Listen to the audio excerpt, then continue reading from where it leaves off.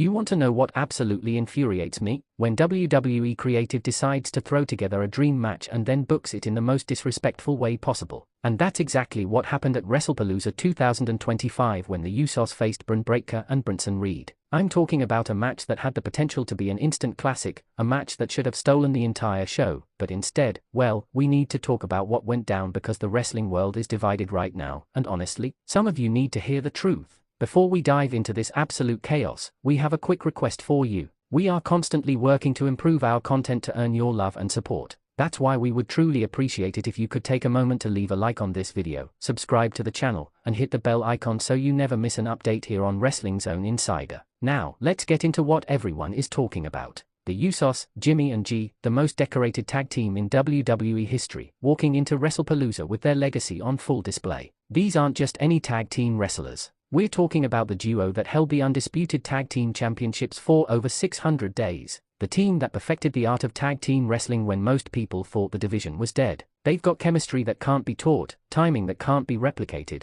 and a bond that goes beyond just being teammates. They are family. But here's the thing that gets me fired up. WWE decided to put them against Bron Breakker and Bronson Reed, two absolute monsters who have been running roughshod through the roster. Now, I'm not saying this was a bad decision on paper. In fact, this matchup had me more excited than I've been in months. Breakker, the nephew of the legendary Rick Steiner, carrying that Steiner legacy with power and intensity that reminds us why his family name means something. And Bronson Reed? The man is a legitimate 300-pound wrecking ball who moves like he weighs half that much. Here's a trivia question for you, drop your answer in the comments below. How many times have the Usos won the WWE Tag Team Championships throughout their entire career? Let's see who the real fans are. The match started exactly how you'd expect. The Usos came out with their signature swagger, the confidence that only comes from being at the top of your game for over a decade. The crowd was absolutely electric, chanting "Use, use, use," so loud that you could barely hear the commentary team. Jimmy and Jey were feeding off that energy, playing to the crowd, showing everyone watching why they are considered the best to ever do it. Then Breakker and Reed's music hit, and the entire atmosphere changed. These two walked down that ramp like they were about to commit legal assault in front of 20,000 people. Breakker had that intensity in his eyes, that same look his Uncle Rick used to have back in the day.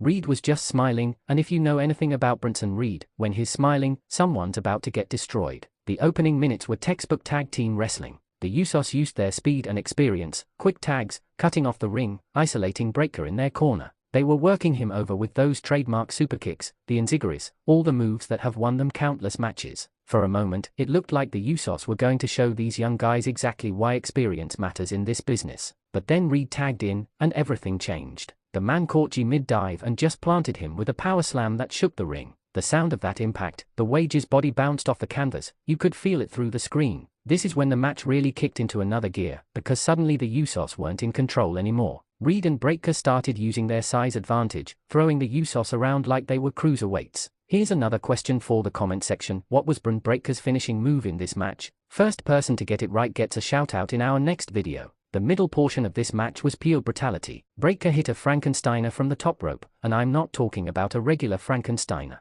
This man weighs 230 pounds of pure muscle, and he just flipped through the air like he was defying physics. Jimmy was folded up like a lawn chair. The crowd lost their minds because you don't see athletes that size moving like that. It's not natural, it's not fair, and it's absolutely insane to witness. But the Usos? They are warriors. They didn't become legends by giving up when things got tough. Jimmy and Jey started fighting back with everything they had. Double superkicks, tandem offense, they were throwing their entire arsenal at these two behemoths. There was this one sequence where the Usos hit synchronized suicide dives on both opponents, and for a second, you believed they might actually pull this off. The crowd believed it too. The energy in that arena was unreal. Then came the moment that has everyone talking, the moment that has the internet absolutely exploding with hot takes and arguments. Bronson Reed climbed to the top rope, all 300 pounds of him, setting up for his devastating tsunami splash. Jey was laid out in the ring, completely vulnerable. Reed leaped off, and the impact when he connected was sickening. But here's where it gets controversial. The referee counted 3, but if you watch the replay, and trust me, I've watched it about 50 times now, Jimmy might have broken up the pin at 2.9 seconds. This is what has the wrestling community at each other's throats right now. Some people are saying it was a clean 3 count, that the Usos got legitimately defeated by the better team on that night. Others are claiming that WWE screwed the Usos, that the referee either miscounted or was told to count fast to get the desired result. And you know what?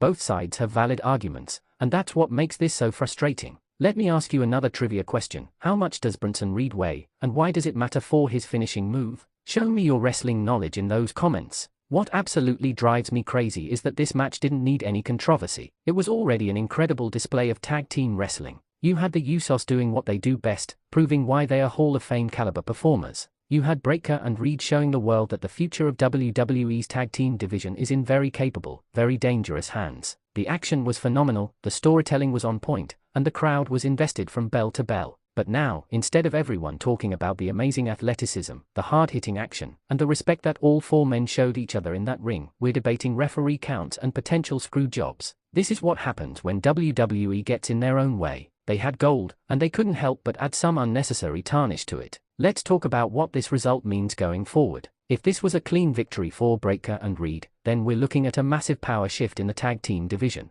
These two could be the next dominant force that runs through everyone. The Usos would need to regroup, maybe even consider what's next for their legendary careers. Are they going to demand a rematch? Are they going to move on to singles competition? The possibilities are endless, and honestly, all of them are exciting. But if there's any truth to the controversy, if WWE decides to acknowledge that something wasn't right about that finish, then we could be looking at an even bigger rematch down the line. Maybe at the next premium live event, maybe with higher stakes, special guest referee. Imagine the money they could make off a rematch with the right build. Here's what really matters though. These four men went out there and gave us everything they had. The Usos, after over a decade in WWE, are still performing at an elite level. They are still having matches that people will be talking about years from now. That's legacy. That's what separates the good from the great. And Breakker and Reed, they proved that they belong in the main event picture. They proved that they can hang with the best tag team of this generation and potentially beat them. Final trivia question before we wrap this up. What year did the Usos make their WWE main roster debut?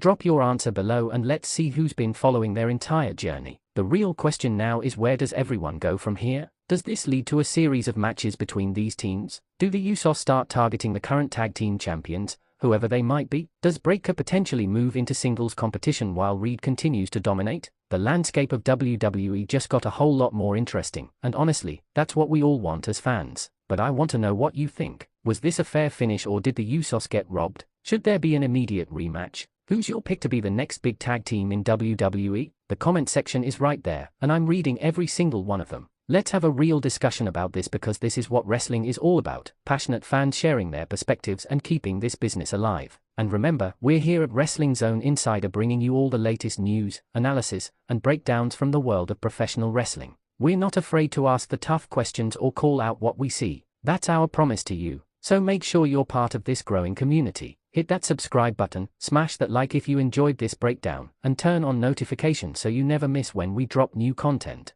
Wrestlepalooza 2025 delivered an absolute war between the Usos and Bron Breakker and Bronson Reed. Whether you loved the finish or hated it, you can't deny that these four men put everything on the line to entertain us. That's what makes professional wrestling the greatest form of entertainment on the planet. Now get down to those comments and let your voice be heard.